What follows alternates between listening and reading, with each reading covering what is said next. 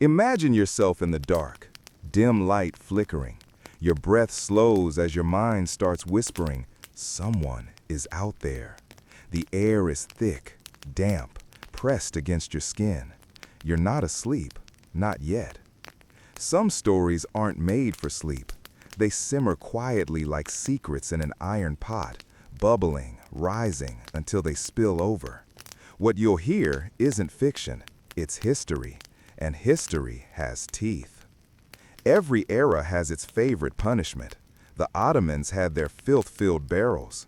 The Romans loved a good sack stuffed with a man and a few wild animals. The English, boiled beef and executions. And all of them smiled while doing it. But why? What drives a civilization to turn punishment into performance? What happens to the people who survive? And what remains of those who don't? What you're about to hear is not simply about violence. It's about theater, ritual, culture, a descent into the most bizarre corners of human logic, blended with a touch of dark humor, because sometimes that's the only way to digest the grotesque. You're not alone. Somewhere out there, someone else is listening too. Somewhere else, it's midnight. Or maybe it's not, but the darkness feels the same. Stay until the end. Like the story if you're brave enough to stay with it. And tell us in the comments, what city are you listening from and what time is it there? Maybe this thriller isn't just ours. The Ottoman Barrel, a bath of shame and shit. In the heart of the Ottoman Empire, justice wasn't just about punishment. It was about humiliation.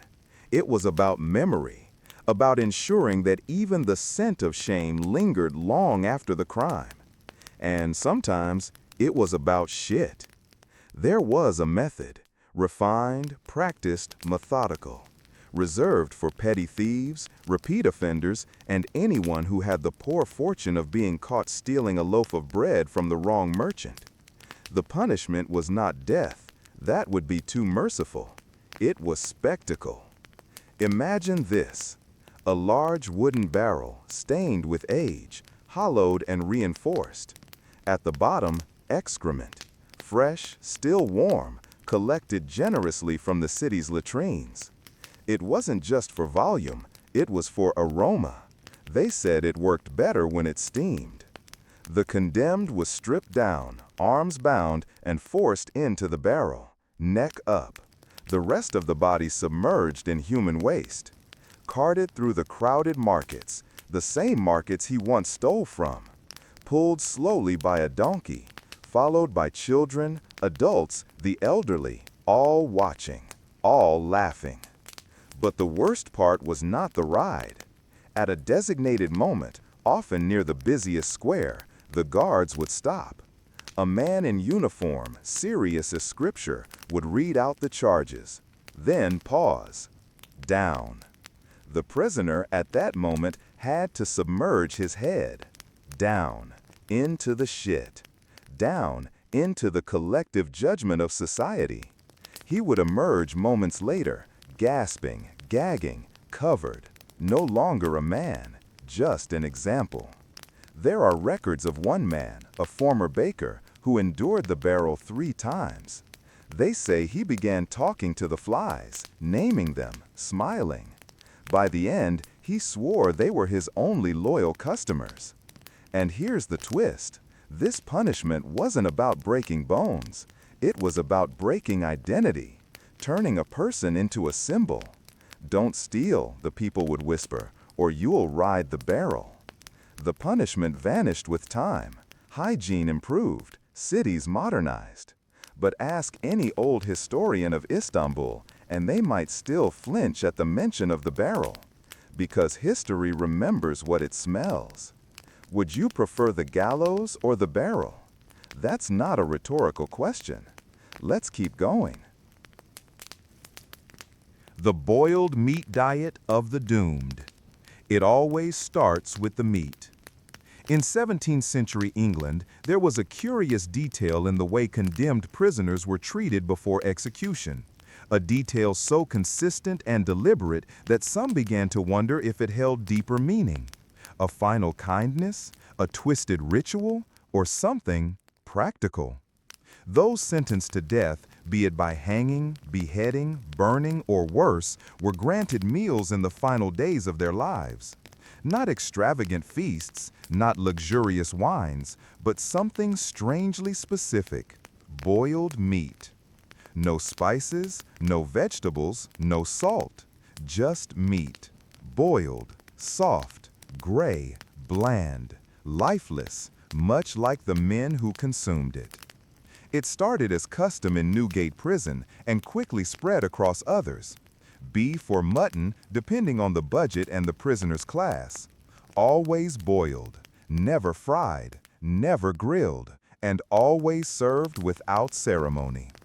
Imagine this. You have 3 days left to live. No sunlight, no visitors. And each day, a tin plate slides through the cell bars with a single portion of wet, trembling meat, like flesh mourning itself.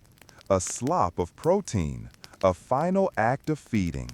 Not because you matter, but because the system insists you leave this world well-fed. Or so they said. Some believed it was a matter of mercy. At least let them eat before they die, argued the priests. God prefers a soul not distracted by hunger. Others claimed it helped executioners, that a full stomach made the body drop cleaner, the neck snap better, the head fall softer. But there was another darker theory, one rarely spoken aloud: fire. When hangings failed, when ropes snapped, when public rage demanded more, the body would burn. Sometimes as punishment, sometimes as display. And rumor had it, meat-fed corpses burned better. Fat lights faster than sin. So they said, feed them, stuff them, prepare them. Not for heaven, for combustion. There's a story, perhaps myth, perhaps not, of a man named Edgar Pope, a petty forger who, after 3 failed attempts at escape, was sentenced to death by public burning. During his final week, he refused to eat, pushed his meat away, claimed he'd rather go hollow than tender. The guards insisted, force-fed him boiled mutton. On the day of execution, the fire lit fast, too fast.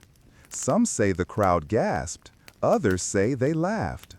But the final image was of a man aflame, bursting in pops and sizzles, as if the meat within him had become part of the punishment. Modern historians scoff at the idea. Just superstition, they say. Coincidence. But if you read the diaries of prison cooks, and yes, some kept them, you find chilling consistency. Orders for meat increased when executions involved fire. Requests for boiling pots timed precisely 3 days before the event. And always, always, the same instruction. No salt, no seasoning, no soul. In a world obsessed with order, even death was regulated down to the menu. You weren't just sentenced to die, you were curated, prepared, like livestock. And the prisoners knew it. Some begged for herbs. Let me taste time before I hang. Denied. Others tried to trade rations for letters home. Denied. One man famously requested raw garlic, claiming it kept demons away. Denied. Instead, they gave him double meat. Double meat. It's written in the margins of a 1691 execution log. Fed well, burned fast. So what was the purpose? Was it ritual? Was it revenge disguised as routine? Or just the callous hand of bureaucracy feeding flesh to the fire? No one knows for sure. But next time you hear about last meals and the dignity of dying men, remember, for centuries, dignity came boiled, and it never came with salt. Poena Coulée, the Sack of Beasts. The Tiber flows quietly now. Tourists pass it daily without pause, snapping pictures of Rome's faded glory. But there was a time when the river whispered something else. Not Latin, not prayer, but a wet, muffled scream from deep within its current. This is the story of poena culae, the punishment of the sack. In ancient Rome, parricide, the act of murdering one's own parent, was seen as a crime so vile, so unnatural, that regular execution simply wasn't enough. No, Rome believed such betrayal deserved something more creative, something more symbolic. So, they made a sack. But not just any sack. First, the condemned was stripped, then beaten with rods, not for punishment, but to soften the body. Next came the sewing. The man was stitched inside a large leather sack, curled up like a fetus, and inside the sack were placed 4 animals. A dog, for its loyalty broken. A snake, for its betrayal. A monkey, for its chaos. And a chicken, for its sheer absurdity. Some records mention other beasts. Some omit the monkey. Others add a wildcat. But all agree on the sack. And the river. Once sealed, the sack was hoisted onto a cart and rolled through the streets of Rome.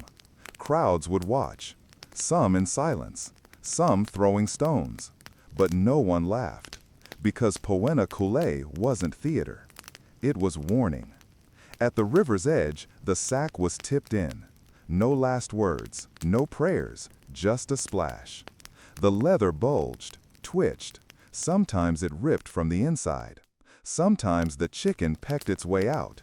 But mostly, it sank. Slowly, taking its screaming zoo with it. No body, no burial, no memory. Rome believed that a person who betrayed their blood did not deserve to return to earth, nor rise to heaven.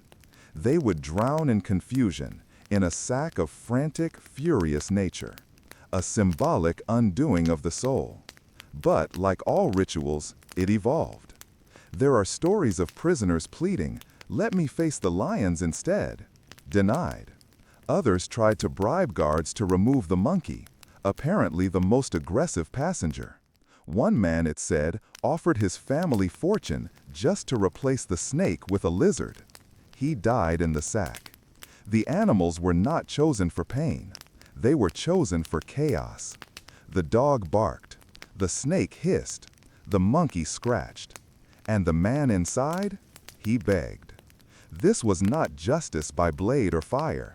This was a philosophy, a performance of Rome's belief that some crimes unshackled nature itself. And it wasn't limited to Rome. Centuries later, echoes of poena culae appeared in Eastern Europe.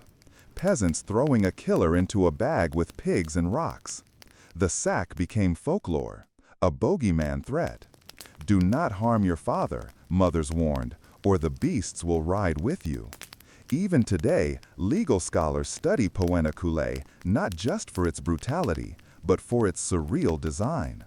It was grotesque, operatic, efficient, and somehow poetic. The river never told what it swallowed. It just flowed on, like history. And now, so do we. 1,000 cuts in silence. They called it lingqi. Not loudly, not in public. Even the word was whispered, like a hex that, once spoken too clearly, might summon the blade. Lingqi, the death by 1,000 cuts. For centuries in imperial China, it was considered the ultimate punishment for the gravest crimes: treason, patricide, desertion. Crimes not just against law, but against the very harmony of the empire. Because in Confucian philosophy, the body was sacred, a gift from one's parents. To mutilate it was a sin. To have it mutilated, the ultimate shame.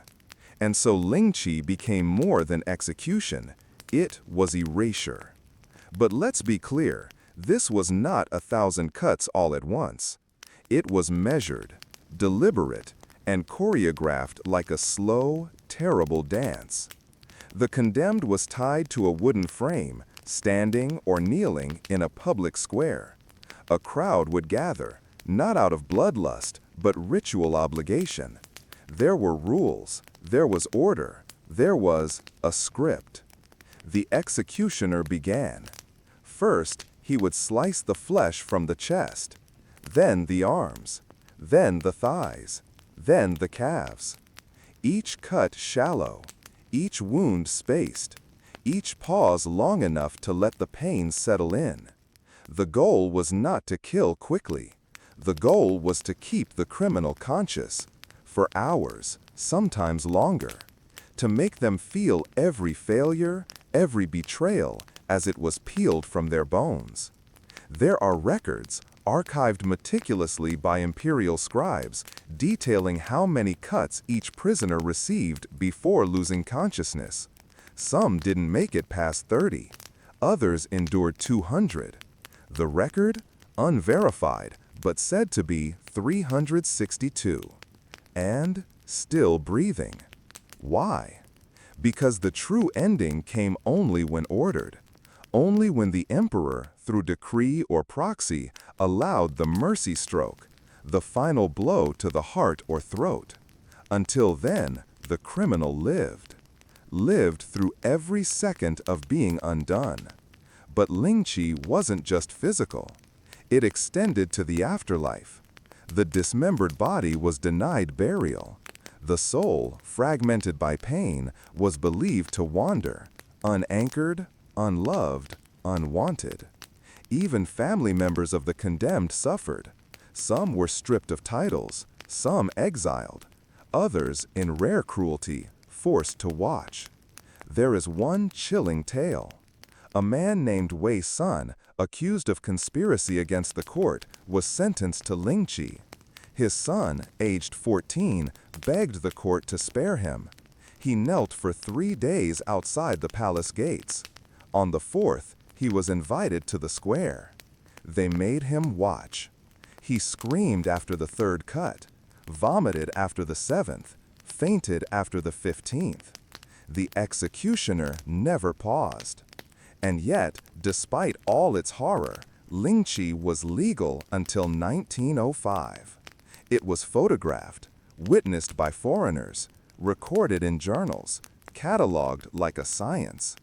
A man named Jean Marcart, a French missionary in Beijing, wrote, "There is a sound to it, not of blood, but of silence.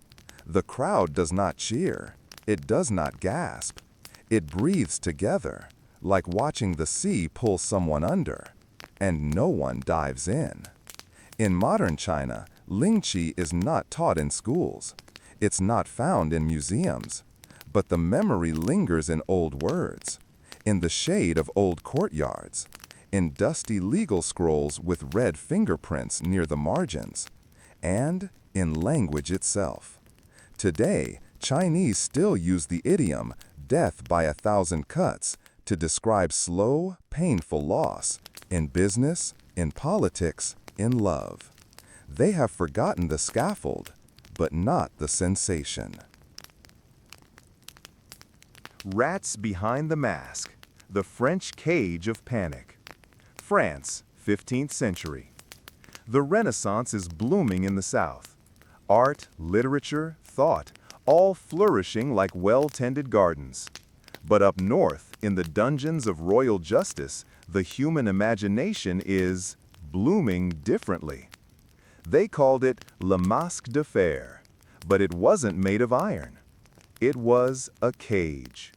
A small, crude wire construct designed to fit snugly over the face.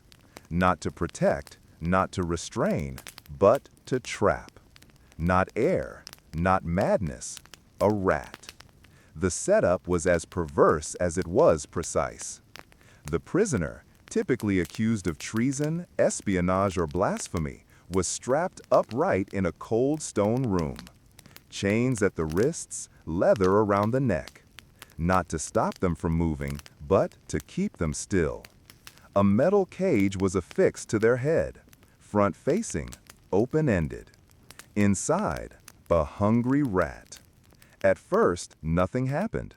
The rat sniffed, searched, tried to retreat, but the back of the cage was sealed with a sheet of metal.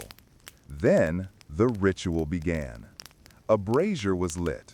The back of the cage was heated, slowly, methodically, until the metal began to glow, warm to the touch, then scalding. And the rat? It panicked. Nowhere to run, no tunnel, no escape. Except forward, into the face. The animal, mad with heat, began to scratch, claw, dig, sometimes at the cheeks, sometimes at the mouth. If the prisoner screamed, and they always did, the rat took the open path. Nostrils, eyes, lips, soft entry. This wasn't an execution, this was an interrogation. And the goal wasn't death, at least not immediately. It was the truth, or something close enough. Reports from medieval tribunals note confessions extracted within minutes. Entire conspiracies unraveled before the rat reached bone. Secrets spilled like blood until even the torturer looked away. But some never spoke. There is one tale almost too terrible to believe. A man named Clement Roux, suspected of poisoning a local cardinal, withstood the rat for 12 minutes. When the cage was removed, half his face was gone. But he was still alive. He whispered only one word: innocent. The torturer resigned the next day. Historians debate the veracity of these tales. Some say they are exaggerations, dark inventions of frightened minds. But fragments survive in archives, sketches, trial records, even notes from foreign dignitaries who witnessed the apparatus in use. One Venetian ambassador wrote in his journal, "They do not believe in quick death. They believe in spectacle, in whispers that live longer than the prisoner." And then there's the language. Even centuries later, French folklore holds echoes. Il a le rat au visage. He has the rat on his face. Once used to describe someone hiding a secret too painful to speak. In the modern world, we fear rats in cellars, in sewers, in the dark. But back then, the most feared rat was not the one beneath your feet. It was the one just inches from your eyes, waiting for the fire to rise. And when the fire did rise, so did the screaming. The Venetian Death Gondola, Venice. A city of water, silk, secrets. Of courtyards that echo even when empty. Of masks, beautiful, deceptive, silent. But beneath the elegance, in the slow slosh of its canals, death used to float. They never called it execution, not in public. In Venice, things were done differently, discreetly, gracefully. So when the Council of 10 decided someone had to disappear, be it a traitor, a spy, or simply a man who knew too much, they summoned the gondola. But not just any gondola. The Nera Barca, the black boat. Painted obsidian, curtains drawn, no ornament, no flowers, no song. It would arrive at night, without sound, 2 oarsmen masked. The condemned would be escorted in silence, often thinking, hoping, it was just a transfer, a negotiation, a chance. But no one ever stepped back out. The gondola would slide silently through the canals, bypassing the lanterns and laughter of the city, until it reached the edge of the lagoon, where Venice ends and the Adriatic begins. There, tied to the seat, weighted by iron shackles, the passenger would meet the water. No blade, no fire, no rope, just a push. And then, nothing. Submersion. First soundless, then chaotic, then still. They called it death by courtesy. And in Venice, courtesy was everything. You see, execution by water was never listed officially in Venetian law, but letters between the Doge and the Inquisitors suggest a practice called cleansing by tide. It was elegant, undetectable, no blood, no bones, just the city exhaling another secret. But rumors spread. Fishermen spoke of bodies found tangled in nets, mouths still open, eyes wide from what they saw below. One diver, hired to repair a canal gate, reported finding dozens of rusted shackles on the seafloor, all in a perfect line. They looked like iron flowers, he said, planted deep, still blooming. Of course, officials denied it all. The gondola, they claimed, was a symbol of peace, a thing of romance, art. But art has always had a darker twin, and Venice knew how to keep its twin hidden behind velvet. One case became legend. A nobleman named Matteo Conti, accused of leaking secrets to foreign banks, was taken one night in August. His family claimed he was ill, recovering in Florence. But months later, a poem surfaced, scribbled on a wine-stained napkin in a tavern. He took the gondola dressed in white, but found no bride, no candlelight, only water, black and deep, where secrets float and widows weep. To this day, gondoliers in Venice paint their boats black, a tradition said to honor the plague or the aristocracy. But some say it began with the black boat. Some say it never stopped sailing. So next time you're in Venice, drifting under the moon, and you see a gondola pass by, no light, no music, no laughter, look closely and ask yourself, who's really the passenger? The wolf pit of Rus.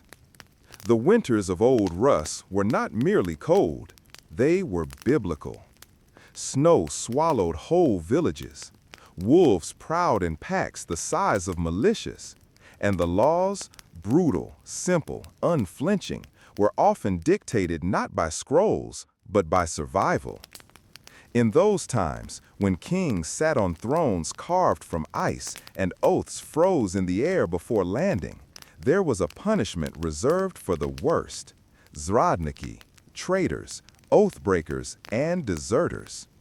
It was called Volchia Yama, the wolf pit. The name said everything, and yet said nothing. The process began not with chains, but with silence. A man would be taken from his home in the dead of night, tied, blindfolded, no trial, no verdict. His crime known only to those who whispered it. The sentence, however, was loud in its finality. He shall meet the pit. Now, a wolf pit wasn't merely a hole in the ground. It was a trap. Dug deep in the frozen earth, its sides slick with packed snow and mud. Wooden stakes at the bottom, sometimes, but often unnecessary, because the wolves were already inside. Captured in the wild, starved for days, 2, 3, sometimes more. Held in cages with only the smell of meat to keep them angry. Then, at dusk, just before the final light bled from the sky, the condemned was lowered into the pit, alive. No weapon, no coat, sometimes not even clothes. The wolves were released. What happened next was not recorded, not in detail, not in ink, because no one watched the wolf pit, not directly. To watch would be to witness something older than man, a contract between hunger and punishment, sealed in snow and screams. But there were sounds. Stories tell of howls that didn't come from wolves, of thrashing that lasted longer than flesh should, of silences so complete afterward they seemed to stain the snow. There was a belief, perhaps folklore, perhaps faith, that if a man survived the pit until dawn, he was free. But few did, and those who did were not quite men anymore. One tale speaks of a soldier named Ivan Demyanovich who betrayed his commander during a border war. He was sentenced to the pit, But the wolves refused to touch him. They circled, snarled, backed away. By morning, they say, he was still standing, covered in frost, eyes wide, blinking slow, as if remembering another life. They let him go. He returned home, never spoke again, never slept indoors, died in a barn surrounded by stray dogs that refused to leave his side. Legend? Perhaps. But in the old village chronicles of Novgorod, there is a note. One who walks with wolves returned, but his voice remained in the pit. Eventually, the wolf pits disappeared. Civilization came, laws modernized, forests retreated. But if you walk far enough into the woods of northern Russia, some locals still whisper about clearings that feel wrong, places where the snow doesn't quite melt, where no birds sing. And if you hear a low growl, not from a creature, but from the ground itself, don't run. It's already too late. The wolves remember. The final bow of the samurai. Japan, Edo period. A land where honor was not an abstract concept, but a blade, polished, sharp, and always nearby. Where a man could live his entire life in silence, in obedience, in service, and yet be judged entirely by how he died. This is the story of seppuku, the ritual suicide of the samurai. To outsiders, it was madness, a man disemboweling himself while dressed in white, bowing politely, and composing poetry with his final breaths. But to the warrior class of feudal Japan, it was the highest form of redemption, a final act of control in a life of discipline. But behind the clean lines and polished sword steel, there was blood, and shaking hands, and stories that do not appear in the poems. The ritual was precise. The condemned, usually a samurai who had failed, dishonored himself, or been sentenced by his lord, was given time to prepare. A bath, a white robe, a meal, simple but elegant, sake, often. Then the room. Tatami mats, witnesses, silence. In the center, a small table, and upon it, a blade, short, curved, gleaming like it had just been born. The samurai would bow, sit in the seiza position. He would recite a death poem, a final reflection, often beautiful, always brief. And then, with slow precision, he would take the blade, place it against his abdomen, and cut, left to right, sometimes with an upward motion at the end. A controlled, precise disembowelment, a physical act of spiritual cleansing. But here's the truth they don't write in scrolls. Most didn't finish. Because it hurt. Because slicing your own stomach open while remaining calm is not poetry, it is agony. And so the ritual included a second, the kaishakunin, a trusted companion, often a fellow samurai, tasked with ending the suffering. As soon as the initial cut was made and the agony was visible, the kaishakunin would step forward. One clean swing. Head partially severed, never fully. Leaving the head connected by a flap of skin so it would not fall disgracefully to the floor. Clean, controlled, precise. Like everything else in samurai life. But not every kaishakunin was skilled. Some hesitated.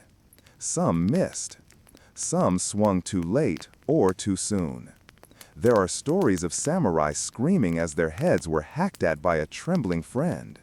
There are tales of men who chose to perform genshi, completing the entire act alone, disembowelment, followed by slashing their own throat or driving the blade upwards into the heart.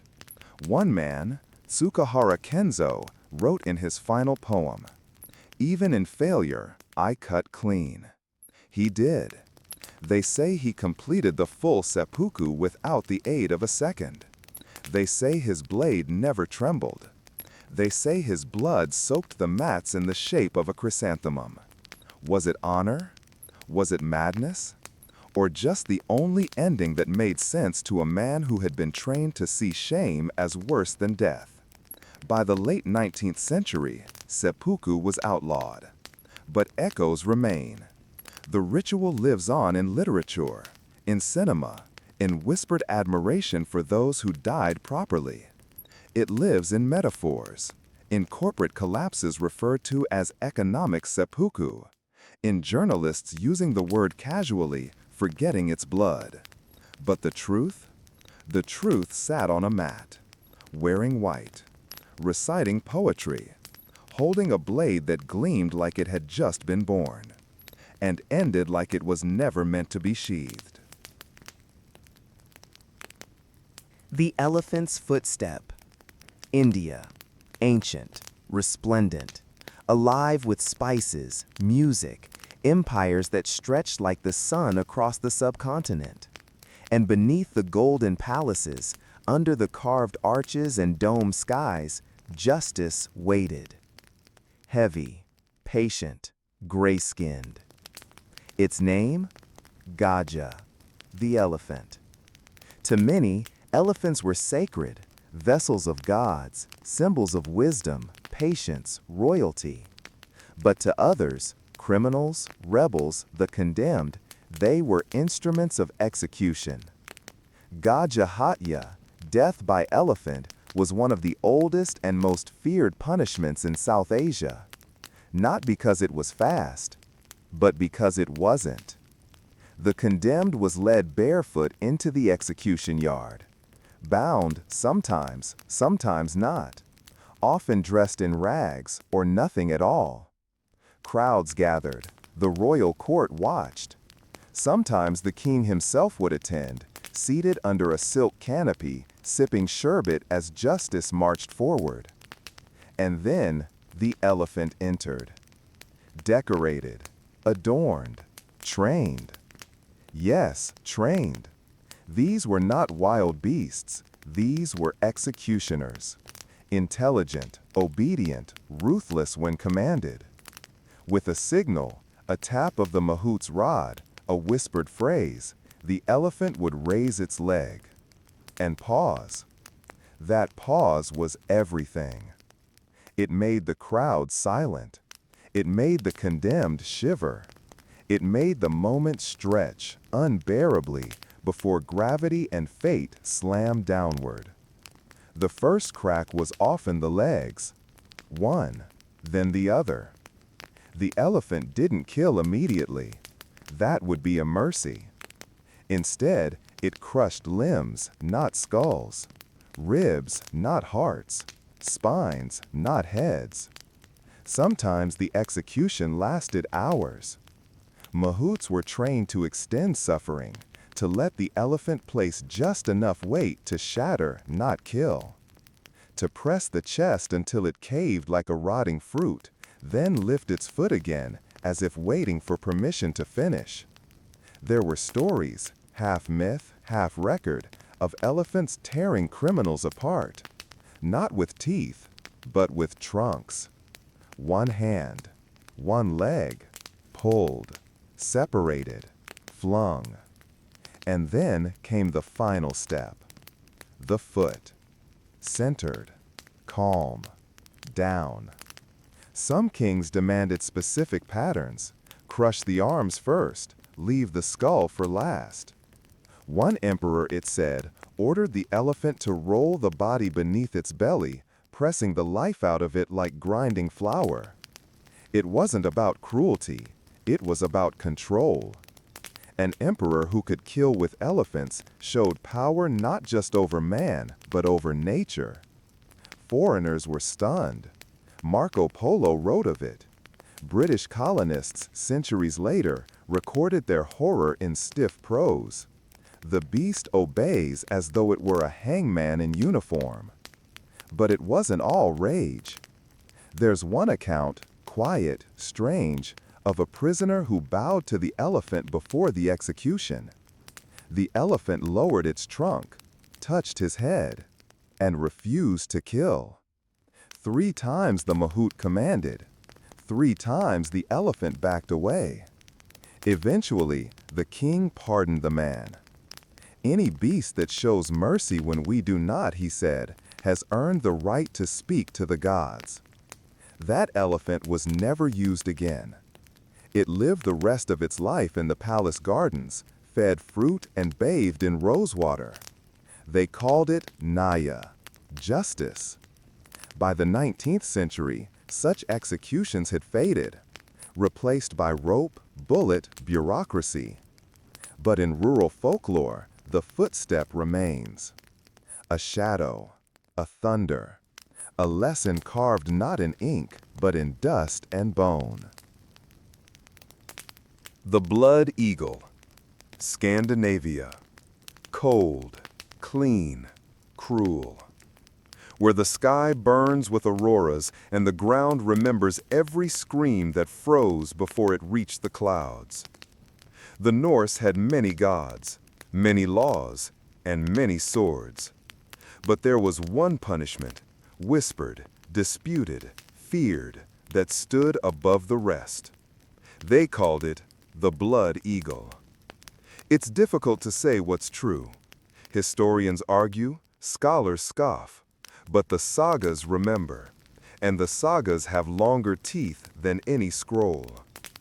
The blood eagle was reserved for the worst, traitors, oath-breakers, kings who dishonored Odin. And when the time came, it was not swift. It was a ritual. The condemned was captured, bound face down. Their shirt, if they wore one, was cut away. The executioner stood behind, blade in hand. Not a war blade, a carver. The first cuts were down the back, deep, precise, parting skin from spine. The ribs were then severed from the spine, one by one, with calm hands. Like unbuttoning a terrible shirt of bone. Each rib bent outward, peeled open like pages, forming wings. Then came the lungs. Pulled gently, if anything in this process could be called gentle, and arranged over the spread ribs. Flapping, like wings, of a bird that would never fly. The victim? Sometimes drugged, sometimes not. Some say they remained alive through it all, screaming into the snow. Others say death came early, a mercy from shock and blood loss. But mercy was not the point. The point was display. The blood eagle was often performed in public, not in crowded cities, but in sacred forests, on windswept cliffs, on the prows of ships headed to battle. To warn, to consecrate, to say, this is what happens when oaths are broken. And the gods, it was said, watched. In the saga of Orkneyinga, a noble is carved open for killing his own brother. The sky was silent that day, but ravens circled. In the tale of King Ella of Northumbria, the sons of Ragnar Lothbrok performed the rite as vengeance. They carved the blood eagle upon him, the saga says, and he did not scream. The silence, in Viking myth, mattered. To scream was weakness. To accept your punishment, to endure it without a sound, was strength. It meant your soul went not to hell, but to Valhalla. Modern historians say the blood eagle was likely symbolic, a metaphor for humiliation. Others say the anatomical details in the sagas are too specific to ignore. And in old Icelandic law, there is a phrase, "Han flog með riffum sínum." He flew with his own ribs. Today, the term survives in fiction, in metal lyrics, in bad tattoos. But its origins, somewhere in a frozen pine grove where a man knelt beneath a black sky, and a carver, steady, faithful, began to make wings from pain. And when the final rib cracked open, when the lungs were lifted and the snow turned red, a raven called from above. Was it myth, or was it memory? The North never tells. The Quartering Rope of Albion, England, medieval, miserable, damp. The land of kings and commoners, of plagues and pints, of oaths broken beneath stone arches and justice dealt in pieces. Here, treason was not simply punished, it was divided, ritually, publicly, cruelly. The sentence? Hanged, drawn, and quartered. Not in that order, not exactly. But the name alone was enough to drain color from the faces of men. Let us walk through it. First, the hanging. The traitor was tied by the neck and lifted, but not to die. The noose was not pulled tight. The neck did not snap. He dangled, kicking, gasping, just long enough to feel death's breath, but not its embrace. Then down, alive, writhing. Next came the drawing, not the artistic kind. The prisoner was strapped to a wooden hurdle and dragged through the streets behind a horse.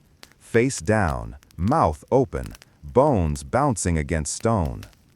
Crowds lined the roads. Some cheered, some wept, some turned away.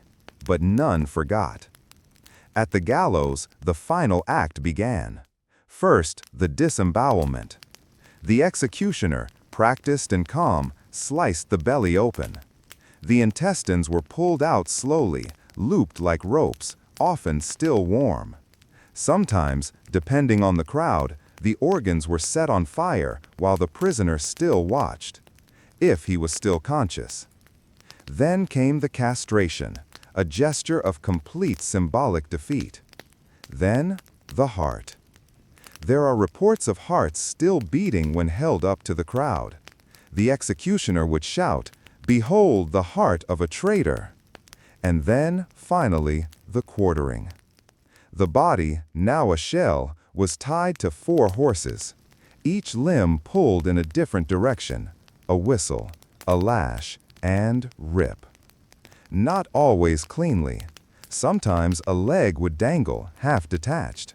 Sometimes the arms gave first, sometimes the torso. It was not precise. It was not beautiful.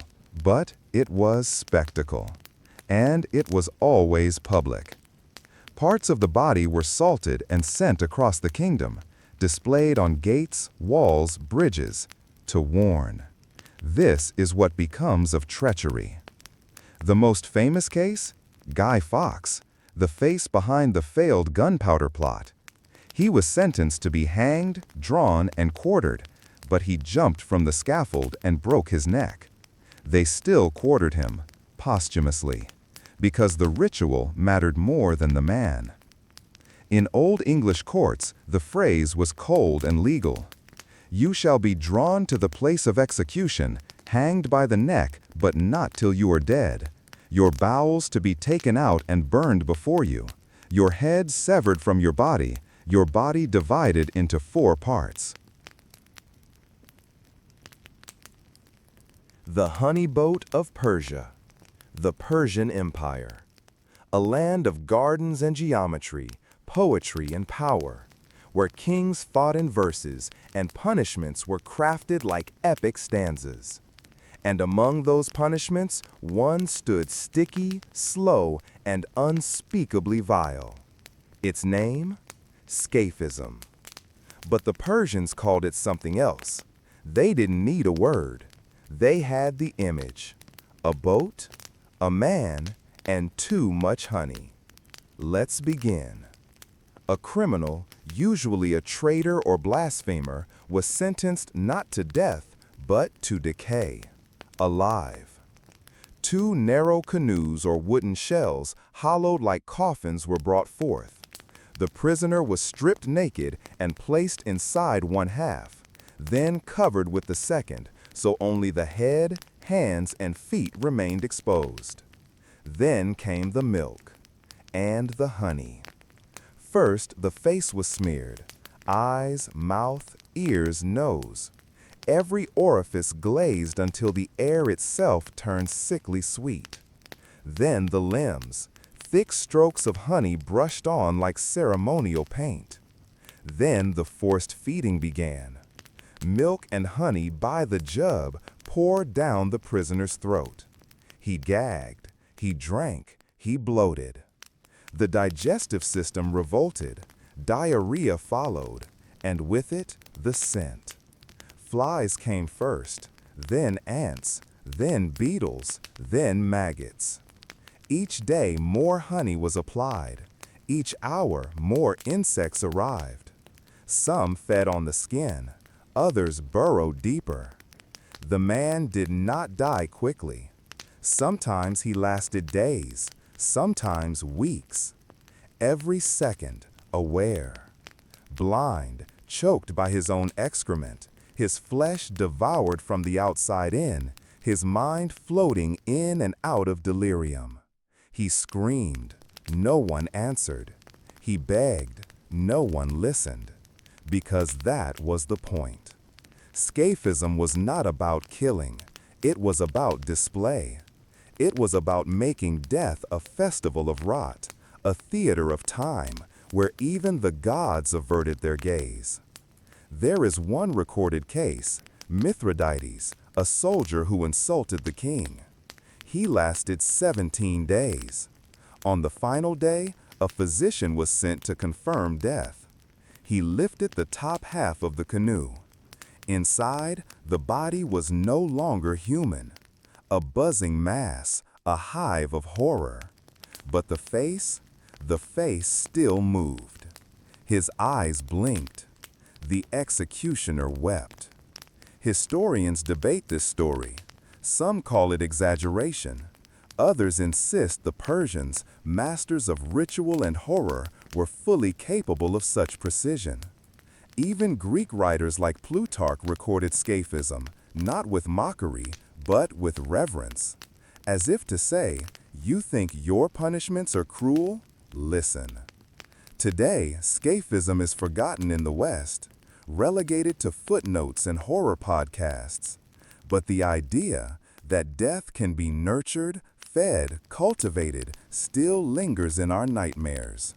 And somewhere in the deserts of Persia, they say, there are old reeds that bend in honey-scented wind. And the ants still come. The Holy Fire of the Inquisition, Spain, 15th century. The bell towers rang, not for weddings, but for confessions, not of love, but of heresy. The Inquisition had begun, and with it came robes, crucifixes, and torches. But more than that, it brought the fire. Not metaphor, not hellish warnings from pulpits, real fire. The church did not wield the sword, that was for kings, but it wielded truth. And when truth was defied, when faith was twisted, when a man or woman whispered prayers in the wrong language, faced the wrong direction, lit candles on the wrong day, the church listened, then judged, then burned. The charge? Heresy. The sentence? Auto da fe, Latin for act of faith. A euphemism, elegant and horrifying. Let's follow the path. The accused was arrested, often at night. No warning, no warrant, simply taken. They were held in stone cells beneath monasteries. No windows, only questions, and the slow erosion of identity. Confessions were extracted not with blades, but with scripture, with sleep deprivation, with fear. And when that didn't work, the rack, the strappato, the pair of anguish. But this chapter isn't about the torture. It's about the performance. Because the Inquisition was theater, and its climax was the flame. Once guilt was proclaimed, by confession, coerced or not, the condemned was dressed in a San Benito, a tunic painted with flames, devils, serpents, sometimes with their own face, grinning, crying, dying. A procession followed, through the town, Drums, bells, chanting monks. Families wept. Children pointed. Then the platform. Wood stacked high. Ropes soaked in pitch. Sometimes chains. Sometimes nails. The accused was tied upright. A final prayer offered, not for them, but for those watching. Then the torch. Slow. Ceremonial. Held by a priest, handed to an executioner. The fire kissed the base, then climbed. Smoke first, then flames, then screams. Not all were burned alive. Some were strangled first, a mercy. Others were left conscious, their mouths gagged with cloth to muffle cries. The church claimed it was not killing, it was purifying. That fire was not death, it was salvation, a holy cleansing of error. They said the soul, released through pain, could still reach heaven. But ask the crowds. Ask the baker who watched his neighbor's daughter burn for owning a Hebrew book. Ask the soldier who dreamed of the fire every night until he drank himself silent. Ask the children who learned not to speak, just in case. They will tell you the fire didn't save, it swallowed. There is one story often told in Aragon. A woman named Isadora refused to recant. Even as the flames reached her knees, she sang. A hymn, not Catholic, not known, but beautiful. The priest ordered more wood, but the crowd? Silent. Not out of reverence, but doubt. The fire burned her body, but the song? It lingered. Centuries later, Inquisition records still exist. Meticulous, precise. They list names, crimes, methods, but not the smell. Not the sound of cracking skin.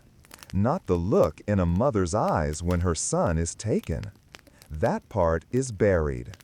But the ashes still drift in the wind. The heart ritual of the Aztecs, Tenochtitlan. A city that rose from a lake-like prophecy.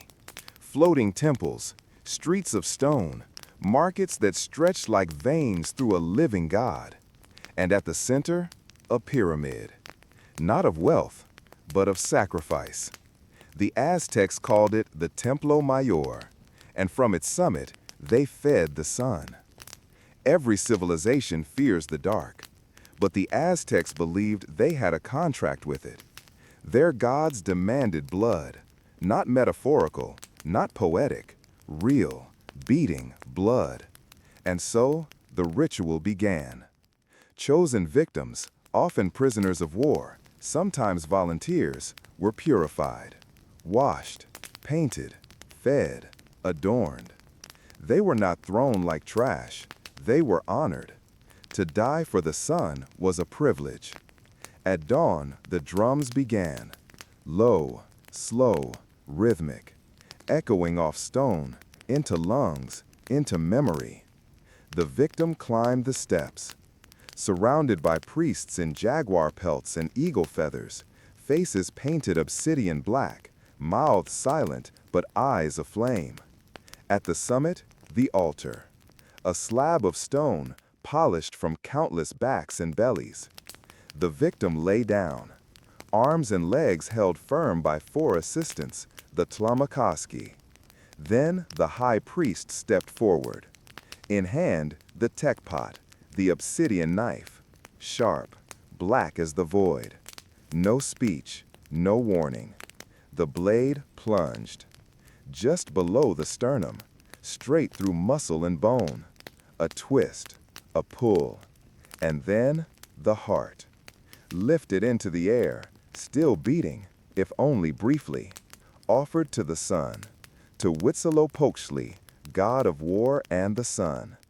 Blood flowed down the steps, not a trickle, a river. The body was rolled down, tumbling limb over limb until it landed at the base. Sometimes skinned, sometimes buried, sometimes consumed. Yes, there are records, both Aztec and Spanish, of cannibalistic rites, not of hunger, but of belief. To consume the body of a warrior meant to take in his courage, his essence. To the Aztecs, this wasn't cruelty, it was balance. The sun rose because of sacrifice, rain fell because of sacrifice, crops grew, war ended, disease lifted, all because of the blade and the willing chest. During the dedication of the Templo Mayor in 1487, the Aztecs claimed to sacrifice over 20,000 people in 4 days. Some say it's an exaggeration. Others say the steps ran red for a week, that the priests stood ankle-deep in blood, that the gods smiled. When the Spanish arrived, they recoiled in horror. Cortés burned the idols, buried the altars, built cathedrals on the bones. But the stone remembers. Today, beneath modern Mexico City, archaeologists find fragments, knives, altar stones, even stacked skulls, tompantli, towers of bone once meant to honor the gods. But what they don't find is silence. Because somewhere, under concrete and neon, the drums still echo. Not loud, not violent, but enough. Enough to ask, what would you offer to keep the sun in the sky? The Cossack cauldron. The steppes, endless, howling, gold in summer, black in storm. Cossacks rode them like waves. Men forged in war, baptized in fire, loyal only to freedom, and, sometimes, to vengeance. When you betrayed a Cossack host, you didn't get a trial. You got the Kazan, the cauldron. It sounds almost quaint. Old, iron, round. A thing from fairy tales where witches brew and babas stir. But this pot had no stew, no roots, no broth. Only boiling water. And a man. The condemned was stripped, bound at the ankles and wrists, and lowered slowly into the giant cauldron, heated by a fire so hot it roared like an animal. The Cossacks watched. No music, no chants, just the hiss of skin meeting water. It was said that the scream of a man hitting boiling water could be heard over a cannon. Sharp, short, final. But the cauldron wasn't always fatal, at least not immediately. Sometimes it was used for extraction, information, confession, revenge. The man was dipped, not drowned, again and again. Legs, then torso, then back. Burns layered upon burns, nerve endings fried, sanity unstrung. Some talked, some wept, some sang, and one man, legend says, laughed. They say he was a Polish noble who sold out a Cossack camp to the Tsar's forces. When they caught him, they offered him a blade for an honorable death. He declined. He said, "Boil me, but salt the water first. I'd hate to taste bland." They granted his wish. Afterwards, his bones were buried under a salt tree, which never grew again. But the cauldron wasn't always for enemies. Cossack justice was chaotic. Sometimes even comrades were sentenced to the boil for desertion, betrayal, cowardice. One infamous Ottoman ordered a man boiled for falling asleep on guard duty. When asked why, he answered, "If sleep is more precious than your brother's lives, then sleep forever." He boiled with his eyes open. Over time, the Kazan became more than a tool. It became a symbol of consequence, of power, of what happens when men forget who they ride with. Eventually, the cauldron faded. Guns replaced fire, empires crushed hosts, modernity forgot folklore. But in some villages near the Dnipro, Old men still tell stories of a hill where grass won't grow, where iron once hissed, where steam once screamed. And they whisper, if you listen on a hot summer day, you'll hear the water bubble still. Epilogue, the weight of memory. 15 chapters, 15 methods, 15 masks of the same face. Punishment, judgment, control. Each culture painted it differently, but the frame remained. Pain, display, fear. These weren't just executions, they were stories, told not to the condemned, but to the witnesses, to us. And now you've heard them. So sleep if you can. But know this, somewhere in time there is always a pot boiling, a rope swinging, a knife waiting to speak. Not because we are cruel, but because we remember. And in remembering, we repeat.